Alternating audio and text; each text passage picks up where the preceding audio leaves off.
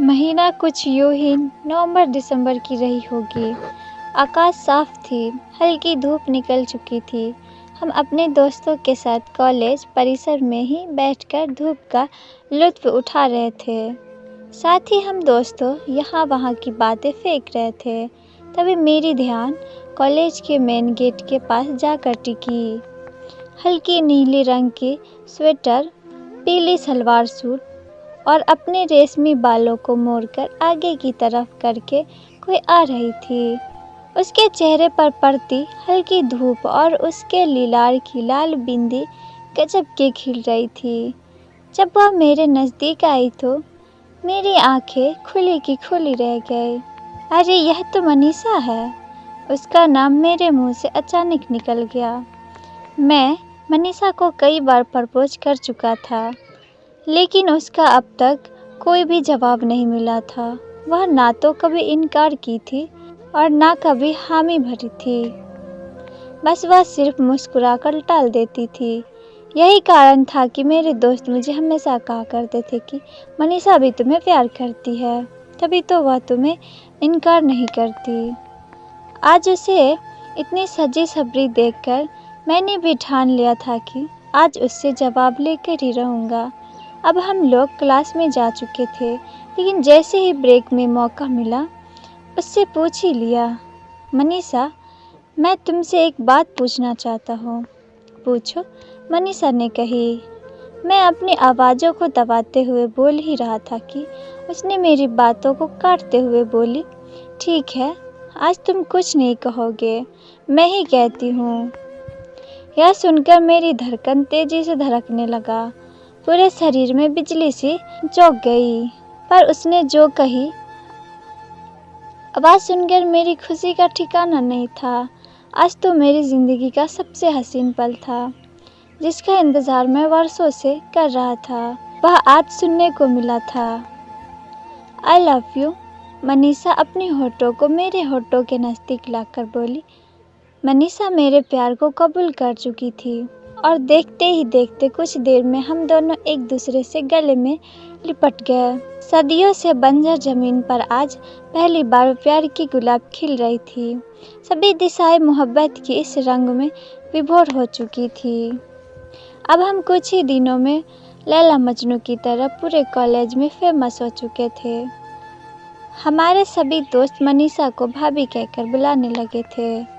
इसके बाद हम दोनों कई बार साथ में घूमे, मस्ती किए, कभी इस पार्क में तो कभी उस पार्क में। अपनी बाइक पर लेकर उसे जब पटना की सड़कों पर निकलते थे तो सारी लोगों की नज़रें हम दोनों पर टिके रहता था।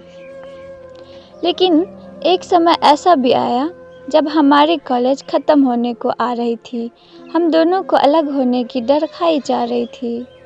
दिमाग में अलग अलग गजब गजब के ख्याल आ रहे थे। कभी सोचते हम दोनों शादी कर ले, तो कभी हमें अपने परिवार के फैसले का डर सताने लगता। जब हमारी कॉलेज ख़त्म हुई तो हम दोनों अपने अपने शहर वापस आ गए, लेकिन उसकी यादों ने यहाँ जीना मुश्किल कर रखा था। कई दिनों तक कुछ करने का मन नहीं कर रहा था। बस यूं ही उदासी में उसकी तस्वीरें को निहारता रहता था। मैं भाई बहन में सबसे बड़ा था, जिसके कारण पढ़ाई के बाद जिम्मेदारियां बनती थी कि मैं जल्द से जल्द जॉब कर लूँ।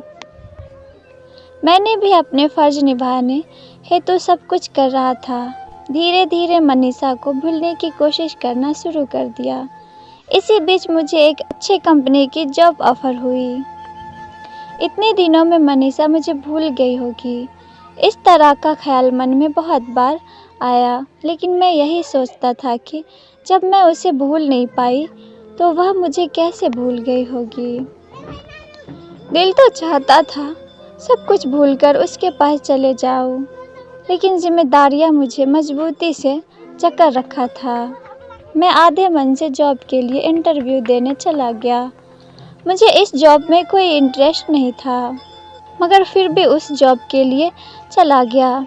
जैसे नदियों का पानी बिना सोचे समझे समुद्र की तरफ चला जाता है, ठीक मैं भी उसी तरह बिना सोचे समझे चला जा रहा था।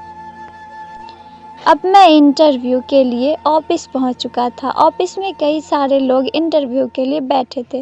मैं भी अपनी बारी का इंतज़ार करने लगा। वहाँ भी मनीषा की यादें खाई जा रही थी और एक अलग तरह की तन्हाई मारी जा रही थी। जिस तरह सूरज के डूब जाने के बाद सूरजमुखी के फूल मुरझा जाती है, ठीक मेरा भी वैसा ही हाल मनीषा के जाने के बाद हो चुकी थी। बैठा तो था लोगों के साथ, लेकिन फिर भी यहाँ भी मैं अकेला महसूस कर रहा था। कुछ समय बाद मेरी भी बारी आ चुकी थी। सर, इंटरव्यू के लिए आपको अंदर बुलाया जा रहा है। उस कंपनी के एक कर्मचारी ने मेरे पास आकर बोला। ओके कहकर मैं ऑफिस के दरवाजे को हल्के से धक्का देकर अंदर गया। बड़ी बड़ी आंखें, रौदार चेहरा, चेहरे पर करक स्वभाव और बाल हल्के सफ़ेद। एक व्यक्ति कुर्सी पर बैठा था। उन्होंने मुझे बैठने का इशारा किया। इसके बाद उन्होंने पूछा, नाम क्या है? जी, मनीष, मैंने कहा। इसके बाद उन्होंने कई सवाल पूछा, जिसका जवाब मैं पूरी कॉन्फिडेंस के साथ देता गया।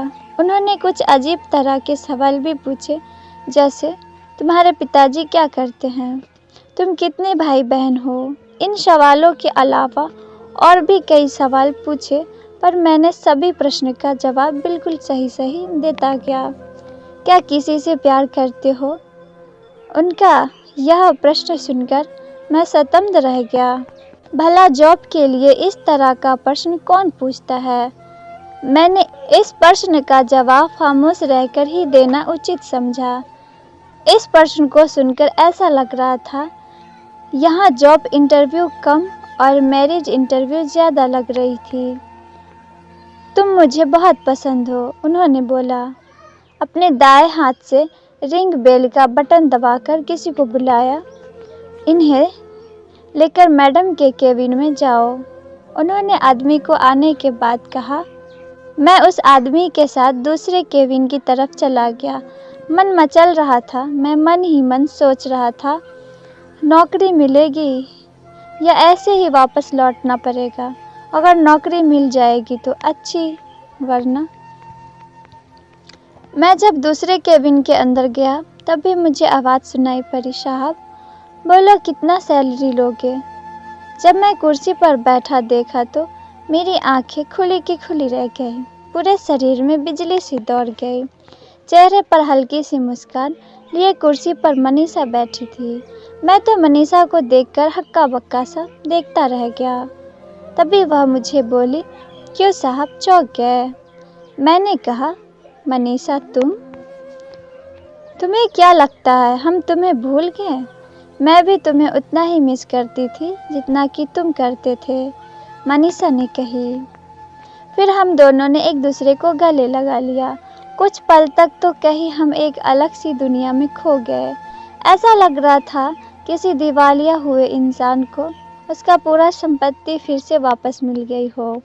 मनीषा ने बताई कंपनी उसकी पापा की है और मनीषा ने खुद बोलकर ही मेरे नौकरी के लिए ऑफ़र दिलवाई थी, क्योंकि मेरे बारे में मनीषा अपने पापा से बात कर चुकी थी और पापा उसके मुझसे मिलना चाहते थे।